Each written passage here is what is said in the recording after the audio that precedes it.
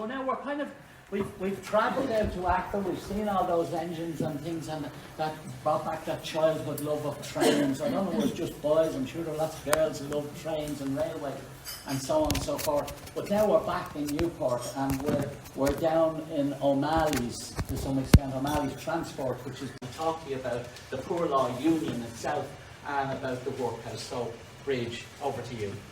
Thanks very much, Joe. So between the microphone here and this doodah thing here and the screen behind me and the screen in front of me, if I get a bit confused, you might understand. Some of my research with you on Newport Poor Law Union and the Workhouse at Derryloughan. It's a largely forgotten part of our local history, and to my way of thinking, it merits a public memorial or a commemorative marker of some kind. Now, that's a conversation for another day, but I went through quite a few sources to look for information about the union and the Workhouse, and I put up a couple of the main ones here. In particular, with regard to today's presentation, I'd like to acknowledge Claire Lowry from the Irish Workhouse Centre in Portumna for a number of photographs that I'll be using today. And I'd also like to say a huge thank you to Aisling O'Malley in Knocknageeha and the O'Malley family from Derryloughan for their very kind assistance in facilitating my research on the Workhouse. So a tiny bit of background. The Poor Relief Ireland Act of 1838 extended the poor law provision in existence in Britain to Ireland, and subsequent legislation then modified and extended the role of the Poor Law Union in Ireland. The legislation set up the background for the network of poor law unions and workhouses in Ireland, which formed the official government response to destitution, poverty, and the series of famines which persisted throughout the remainder of the 19th century. The poor law unions were under the authority of the Poor Law Commissioners based in Dublin, and they set all the policy and the regulation for except in the form of loans, which had to be repaid in full and in a quite timely manner. Following the 1838 legislation, a first phase of workhouses was built around the country with their the unions were formed with their associated workhouses. And in Mayo, these were based in Ballina, Ballinbar, Swinford and Westport. Following an 1848 Boundaries Commission review, a number of second phase unions and workhouses opened at locations in the country. And in Mayo, these second phase unions were based at Belmullet, Killala, Claremorris and Newport. And Newport Union operated from 1849 to 1885.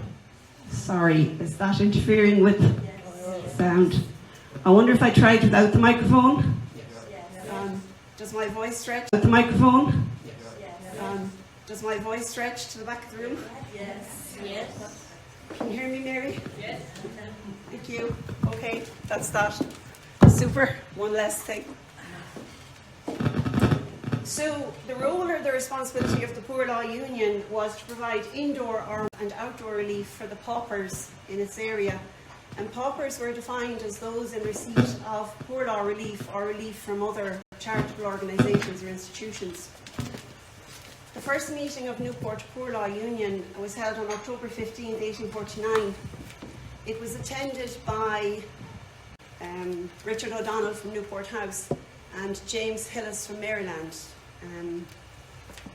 Prior to 1849, the area that comprised Newport Union was under Westport Union, which by the late 1840s was coming under severe pressure in terms of demands upon it, all the way out to Newport, bringing in Ballycroy, Shermore and Newport and some of the electoral districts to the south and to the east of it. And from 1858, Glenhast came in under Newport Union as well. Prior to the setting up of the permanent workhouse at Derryloughan from about 1850 to 1852, there were two properties involved. They were both in Melcombe adjoining properties. One was house and offices at Seamount, which was later to become Melcombe House, and a house and sheds at Melcombe as well, both of which had been successfully tendered to the Union by Richard O'Donnell. Construction of the workhouse at Derryloughan began as soon as possible. This is the notice which appeared in the local newspapers. It's dated February 1st, 1850, and it invited tenders from builders and others for the construction of the workhouse at Derryloughan. The tendering and approval process moved along very quickly because approval was granted by the commissioners in March 1850, and building started shortly thereafter on the site at Derryloughan. The site had been off. Contractor hired was a Patrick Brown, and the buildings and the fittings were completed at a cost of £5,965. The workhouse opened in 1852 with accommodation for 500 persons, and from everything that I've seen in regard to workhouse residency numbers, it would suggest that the workhouse residency numbers never exceeded the maximum provision at any time. This is from the Lawrence collection. Lawrence was in Mayo in the 1890s. By then, the Poor Law Union in Newport had closed, but the workhouse complex and the buildings remained standing. Now, this photograph isn't very much of help to you by way of close-up detail. It's the only photograph that I'm aware of that shows anything of from where you are. You can see some roofs and some chimneys just popping up above the tree line there. And those are the buildings of the workhouse complex. Now, like I said, no help to you in terms of close-up detail, but it does give you a very good idea of the striking and imposing buildings that were part of the workhouse complex. In the location there in Derryloughan, just off to the right as you head for Achill, out of Newport. If you'd like to have a closer look at this, there is the relevant extract of the photograph. The relevant extract of the photograph appears in the Newport 300 book, and it's also on display at the foot of the viaduct on Castlebar Road. The workhouse architect was George Wilkinson. He was a British architect, and he was employed by the commissioners to draw up the plans for the first phase of workhouses, and then he was retained for doing the plans for the second phase workhouses. The difference between the first and second, from the somewhat ornate design of the first phase workhouses, and he focused in particular on reduction of damp and improvement in ventilation for the second phase workhouses. There are generic plans for the workhouses, and then there were also location specific, for example, in Newport, in Borrisokane, in Boardroom, and in effect they varied very, very little. So that if you combine a look at the generic plans with a look at, say, the plans for Portumna, for example, you get a very good idea of. Plans for Derryloughan are not available to the public. They're in the Irish Architectural Archive. They're very fragile, and they're just not made available at all to the public. And before I move on, if you just pause for a moment and look at the layout, as it were. So here you'd have the entrance to the workhouse, and you'd have buildings. Then separated then by a yard, you have a second row of buildings. This was a 3-story row of buildings. And then at the back, then another row. This was another 2-story row of buildings. And then you have along the external walls and the end wall, you have some operational areas as well, that I hope that I'll get to as I go along.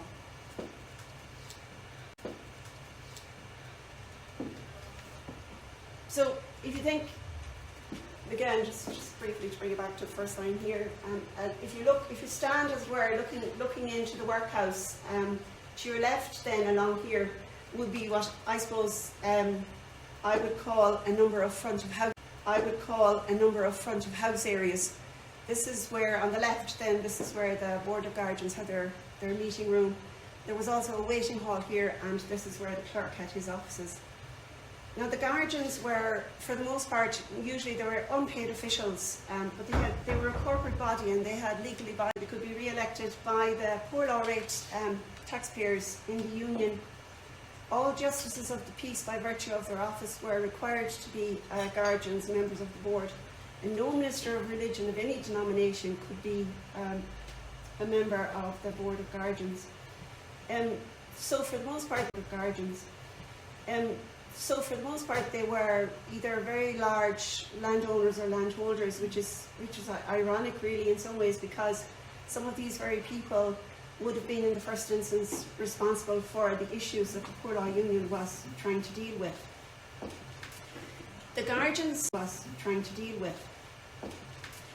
The guardians were responsible for the overall operation of the union and the provision of its services. They set the poor law rates, and they provided for the collection of those if they could. And this was very important because this was really the only source of funding for the union for all of its operation. And as well as that too, in terms of the residents who came to seek shelter in the workhouse, they had to officially approve all of the applicants to the workhouse. In the waiting hall area, admission application, they waited to hear what the decision of the guardians was. And also in the waiting hall, persons who would come along maybe to attend a part of the meeting also waited in the waiting hall until they were called in. And equally so, newspaper reporters now, the meetings were held behind closed doors, so certainly there were no newspaper reporters, but sometimes newspaper reporters came along either in the expectation of receiving official announcements from the guardians, or else just simply to attend at the workhouse and to observe, and so they reported on this in their course of their work. The clerk's office too was at the front of house. The union was served by two clerks throughout its operation. The first of these was Dodwell Brown, who served from 1849 to 1883. He lived with his family at Sandyman, and then after his retirement in 1883, a clerk called A. Cecil Fenton served the union from then until its closure in 1885. Now, if you think about the first row of buildings there that I showed you earlier, and if you're standing there looking towards the gates, and if you think about, that's where you found the rooms and accommodation that the master had, and if the master and the matron were married, well then she too shared that accommodation. The master was responsible for all aspects of the running of the operational, the day-to-day running of the workhouse, and he residents, and also in regard to those who fell ill and who died in the workhouse. He was assisted by a number of staff members whom I'll mention briefly as I go along. It was common practice in workhouses throughout the country for the master and the matron to be a married couple, and we know that the first Mrs. and Mr. Johnson. Now later on we know that some other workhouse masters were James Walsh, Patrick McManaman and Henry Mahoney, and we have these names from the Porrigo Moron folklore collection. There could have been others, but these are the only names that I came upon in my research. And I neglected to mention earlier that there are two buildings, and there's one outdoor area that survive at the location of the workhouse. And one of these would have been where the master had it's a two-story building, and it's where the master would have had his day rooms and his accommodation overhead. And that's the building, the most easterly of the two buildings that survives at that site still.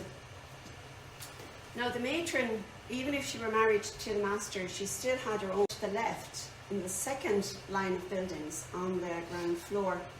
And she had these rooms because she had supervisory duties, specifically in regard to the women and the children. And if she had to do night duty, even if she were married to the master, she still would have to do night duty, so she still had her base. Married to the master, she still would have to do night duty, so she still had her base to do her work from. And her room was located so as to effectively supervise the yards and the accommodation. She assisted the master in all of his work, and in his absence she was fully responsible for the workhouse. In his absence she was fully responsible for the workhouse. She had specific duties in regard to the supervision of the female residents and in regard to the children, and she supervised the making and the mending and the supply of linen and clothing. She also had duties in regard to the cleaning and the ventilation of the dormitories, the supervision of the provision of meals and such things. Here's the photograph from the Irish Workhouse Centre in Portumna, which kind of reproduces, I suppose, if you like, what the matron's sleeping quarters would have looked like, with a degree of privacy and dignity that you don't see in the dormitory accommodation, which you'll see in a moment. One of the, for me, a kind of fascinating operational areas of the workhouse was the laundry area. And you can imagine that a workhouse, regardless of the number of residents, in it, would have had a huge volume of laundry.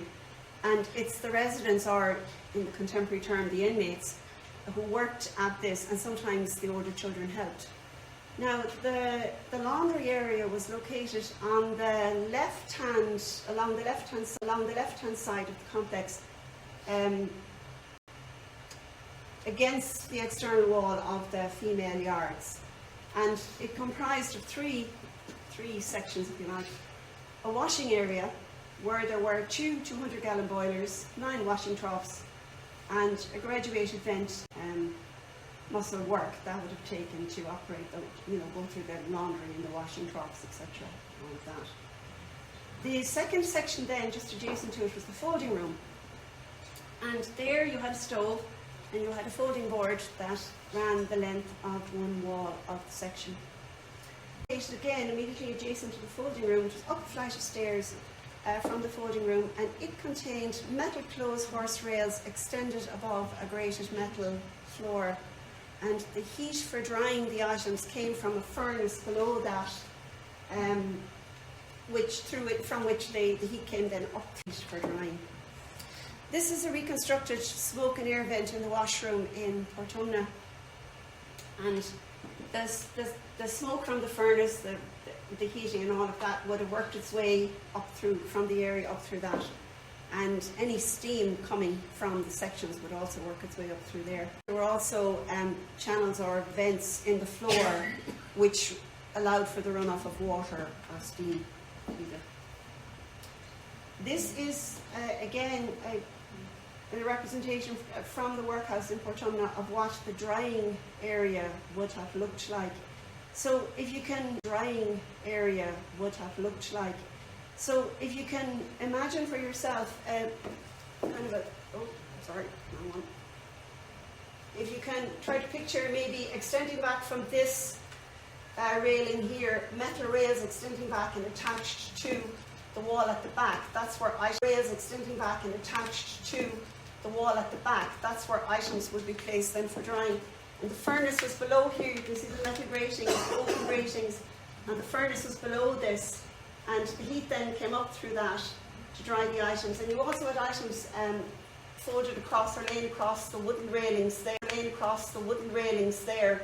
And it seems like there was a second railing here, well, maybe a partial one, suggested there by those holes in the floor there, that might suggest a second railing along there as well. The furnace there were 2 women assigned to throw in the turf to fill the furnace all day for the heating there, and sometimes the children again assisted with that work. Now, when you pull together the bits and pieces that I came across in the different sources of information in regard to the operational areas of the workhouse and the operation in general, and you fit that with the generic maps, or the maps from Portumna, for example, which are similar, then you usually get a fairly cohesive picture that all fits together of the various operational areas of the workhouse. But with regard to the bakehouse at Derryloughan, kind of posed a bit of a puzzle, presented a kind of a question mark to me. In Portumna, the bakehouse was a flagged area containing a boiler, and it was located on the right-hand external wall of the complex, behind the second line of buildings, if you can picture that, then to the right of that against the external wall, along the external wall of the men's yard. In 1850, we know that Newport Union purchased 8 cast metal boilers from the Eagle Foundry in Glasgow. That was the business of John and Ebenezer Crawford.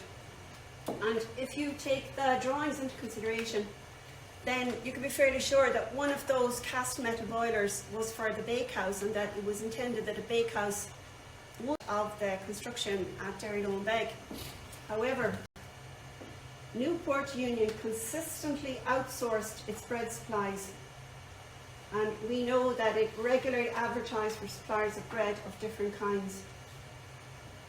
We know, we learn again from Corrigan Moore, at one point during its operation, Lunn's Bakery in Georgia Street in Newport supplied the bread to the workhouse. And we learned that James Callaghan, who was one of Lunn's employees, it was his responsibility to carry out the bread in a creel or a creeve on his back out to the workhouse in Derryloughan. Level, particularly in regard to bakehouses in workhouses throughout the country, sometimes the use was modified or changed, or they were just closed off and they weren't operated for one reason or another.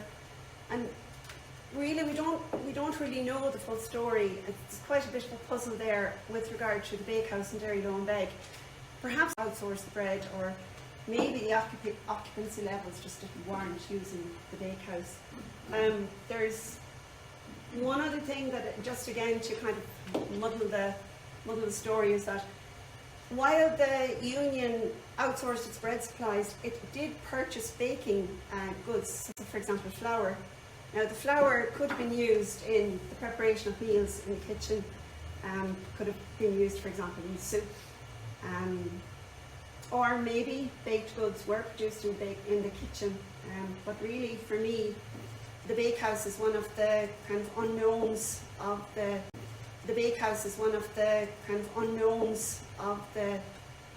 the workhouse story. So if I bring you back to the front line of the workhouse, if you remember those 3 lines that I had earlier, and bring you back to the front line there, to the front of house area. And if persons, the regulation from the commissioners, established by the commissioners, was that the whole family had to enter together. And if they had to wait, which was usually the case, if they had to wait for the formal approval of the Board of Guardians, well then they were admitted to what were called probationary wards, while they awaited for the approval. And at this stage, initially, the women and the girls were admitted to the probationary wards along the left-hand side of that first row of buildings, and the boys and the men then had their probationary ward on the right-hand side. At this point, the applicants were stripped. They were bathed, they underwent a medical examination, they were issued with workhouse clothing. Their own clothing was taken off them, and then afterwards it was washed and it was stored in a closed storage area adjacent to the probationary wards. And if at any time then later on they were to leave the workhouse for any reason, well then they were reissued with their own clothes, and obviously the workhouse clothing was returned. And just a small point on that very briefly, if I may, was under financial stress and the funding was very low. At one point it actually advertised for the sale of rags from its closed stores as a means of trying to get in any kind of funding that they could. So they were selling off the clothes that had been left there in the closed trades. Just again, in regard to the surviving areas of the complex at Derryloughan, The female probationary ward yard, so with each probationary ward there was a yard associated with it, and the yard was a yard associated with it, and the yard has survived, not the actual part of the building, but the yard has survived, and the privies or the toilets that were in that area have also survived. Now, then if they were formally admitted, the upper dormitory areas, and it was practiced throughout the country that the able-bodied, the infirm and the aged would all be allocated different wards in different parts of the dormitories. And at this stage then, the applicants experienced the very, very strict segregation that you had in the workhouse. So the men and women were separated, the boys and girls. In 1861, George O'Donnell, sorry, not George, his father, Richard O'Donnell gave testimony to the House of Commons in London, and as part of that testimony he pretty much boasted that in Derryloughan in the Newport Union they allowed the children to stay with their mothers up to the age of 4. The regulation from the commissioners was that the children could only remain with their mothers up to the age of 2. O'Donnell stated that this was far more, it's another word to use, but far more humane, and that it made for happier children and for happier House of Commons on that one. Then in terms of accommodation and the dormitories, the boys and girls had their accommodation on the first floor of the first line of buildings, and that was just above the schoolrooms. And just again, in terms of the last mention I'll make of the surviving buildings, because you had the two buildings, remember the master's quarters there to the east of the complex, and then on the western end of the complex then, the westerly surviving building was dormitory 2 in the workhouse complex, and was the girls' dormitory. Now the adult dormitory accommodation was on the first and second floors of the second row of buildings. Remember that was a 3-story structure. And behind that then again you had the infirmary day wards and the yards associated with those. Now to the left hand side was pretty much for the women and the females, and the right for males, etc. So to the left then in that line of buildings there on the ground floor, the nurse had rooms. And to the right, the doctor, or sometimes referred to as the surgeon, or the medical officer, he had a room there, his base for working in the infirmary. And Newport Poor Law Union employed just 2 medical officers or doctors during the course of his operation. From 1850 to 1874, he was Dr. James Davis, and then he was succeeded by his son, Dr. Hugh A. Davis, from 1874 to the end of its operation.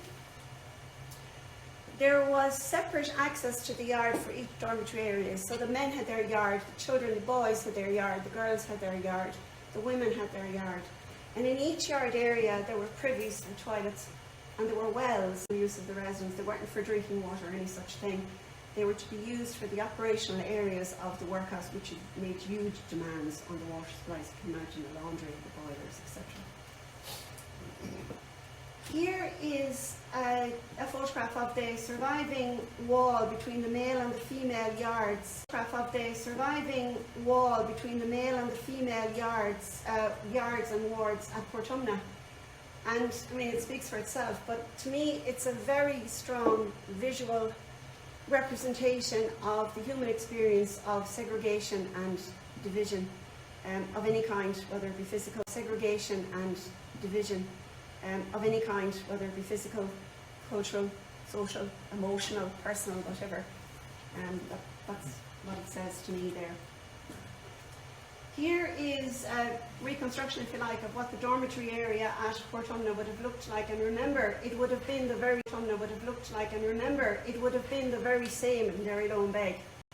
So each of the dormitories would have this line of straw-filled mattresses there lined up on the raised platform. Residents would have been issued with sheets and blankets, and in the children's dormitories, if there was a demand, overcrowded shared a single mattress. Then there were the chamber pots for each individual set in the lower channel there along there. Of course, these had to be emptied every day, and that was usually the duty of the younger children. To the back then, oops, sorry, did it again. Further, you can see there the very similar setup. Then at the very back of the complex, positioned centrally along the back wall, was the dead house, or the mortuary, in other words. In the second phase design, the graveyard to the workhouse complex. Now, in the first phase designs, the graveyard was adjacent to and almost integrated into the complex. Now, I haven't come upon any historical maps which indicate a graveyard at Derryloughan Beg, but the local tradition holds of the site, as it were, where you have the graveyard. The figures for deaths in the workhouse in Newport, they're really incomplete, and any that I've been able to find have varied greatly.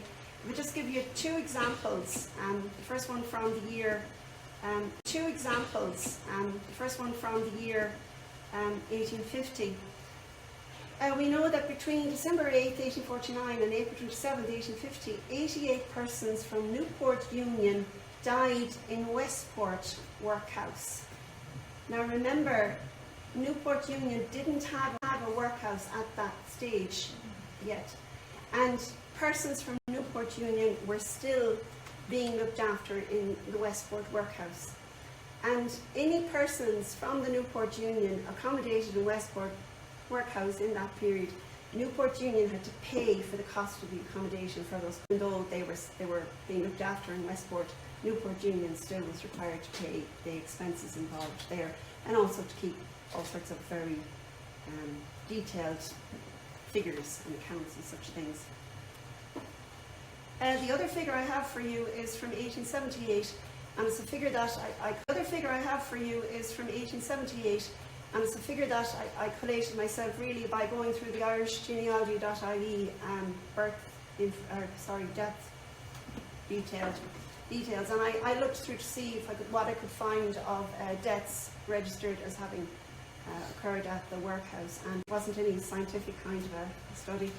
But for that year, I only found details of 15 residents having died at the workhouse. So you can see the great variation there, up and down. So when we think for a moment about life in the workhouse, it was an intentionally harsh regime, and this was the commissioners. God forbid they didn't want to make the workhouse option look appealing in any way at all, so they enforced it was a very harsh regime enforced. In Richard O'Donnell, again to the House of Commons, he described the workhouse as orderly and clean, and a number of different sources described it as well ventilated. Now, thinking about Richard O'Donnell, he'd be very careful. He wouldn't want to let the side down, so he'd be putting up the good side, as it were. But newspaper reporters who attended at the workhouse, they reported cold brick floors, often no fires lit. And then when you think about the physical environs, and you think about, say, in the dormitories, body odours, chamber pots, outside surface drains, there were 3 of them. They ran the width of the complex at different points. They were open surface drains. And then you had the privies toilets, and then you had cesspools, and the cesspools were open sewage pits, you could call them, really, and pleasant all of that would have been. There was a very strict regimen of routine enforced in the workhouse, and there were very lengthy, strictly enforced periods of silence. So if you were a resident in the workhouse, just think about it, during these enforced periods of silence and sounds from the town, for lengthy periods during the day. The day began and ended with prayer. The adults worked, the women, the cleaning, the cooking, the sewing, food preparation. The main job of the men, and this was what happened the men's job was to break stone, and stone was used in the construction of roads locally. And at one point during the operation of the Newport Workhouse, there were no able-bodied men available to break stone. So the women and the children were put to the work at pains of. So the women and the children were put to the work at pains of forfeiting their evening, their meal, if they didn't do what they were asked to do there. Any kind of ill discipline or anything like that was punishable by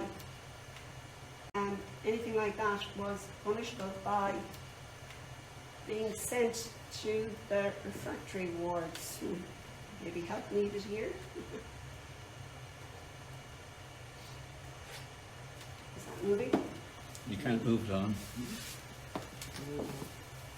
Sorry, big message here. I don't want to. There's something there.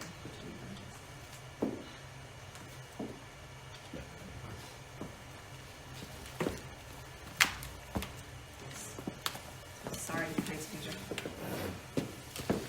So if you stepped out of line, sent to the refractory wards, and I show you, before I get to the refractory wards, I just show you this from Portumna. It's part of the surviving structure in Portumna. That's your cesspool. And you can see here, you have the open area here, below the wall, some nice stonework there. And this area then was here, below the wall, some nice stonework there. And this area then was fronted by pieces of timber, into which holes were cut for the toilet seats. And the toilet waste then made its way down beneath. That's the external wall, and made its way down there, and happened whatever happened to it. The day room, as it would have been depicted in Portumna, and I show it to you because you might be able to make out the bricks, cold bricks, remember they were described as.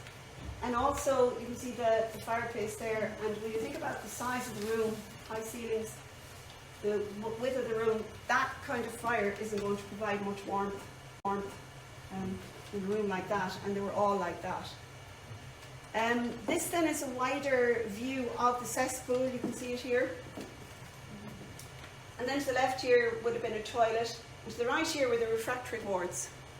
And you can see how narrow, such narrow spaces they were. And you can see this area here, this stone area. See how narrow, such narrow spaces they were. And you can see this area here, this stone area here was where for the bed. And when you think about the cold and the damp and the darkness and the discomfort, and then you think about a miscreant having to spend hours or days locked up in there, that was the reality of it, really.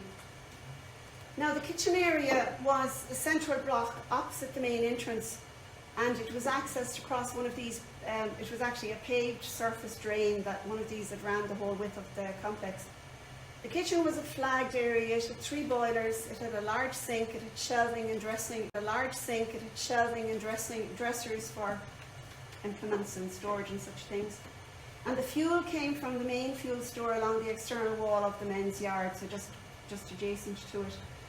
I couldn't find any reference to a cook in any of the sources about Derryloughan Beg, so one could say to you some really that the preparation of meals was undertaken by the women under the supervision of the matron, probably. Newport Union advertised at regular intervals for suppliers of foods of different kinds, both everyday foods and luxury foods. So the luxury, a view among the Newport guardians that potatoes were expensive, they required a lot of work and preparation, and they brought filth, is the word used, to the workhouse. I suppose that's with regard to maybe discarding waste and peels and whatnot. In 1861, again, O'Donnell to the House of Commons, he stated that the workhouse provided good quality bread and milk, in particular to the children. He described the food for the children as good, and then his comment was that for the other inmates it was equally as good.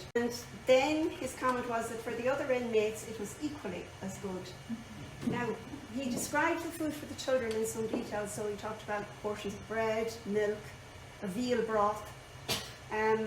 He didn't go into the details of the adult meals, but the main The mainstay of the general workhouse diet in all workhouses around the country was the workhouse soup, which the residents got twice a day. And the commissioners dictated the recipe and the portions. The soup consisted of ground barley, peas, pepper, salt and water, all cooked up in the workhouse soup pot. And looking at the food orders for Derryloughan Beg, I suspect that turnip might have been added to the soup there because they were ordered in really large quantities. And it wasn't until late in the second half of the 19th century that the food diet in general improved in workhouses, and you can see that reflected in the food orders then from for Newport Union. So around that time, residents began to get bread portions. Now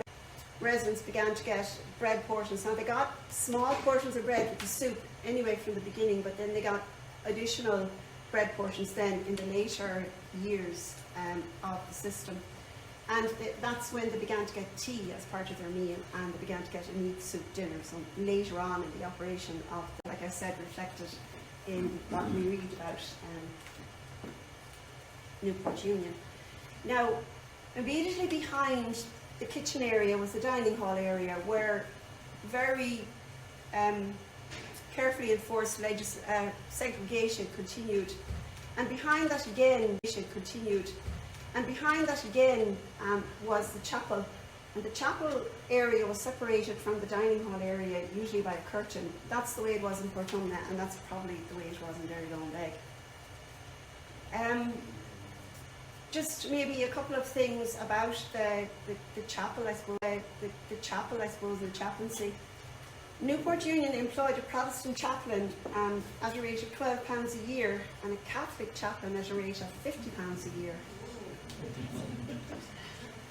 And in 1864, we can read reports of the visit of Archbishop John McHale, and he came out to visit the workhouse. He was courteously welcomed, is the word used, courteously, and he was very happy with everything he saw there.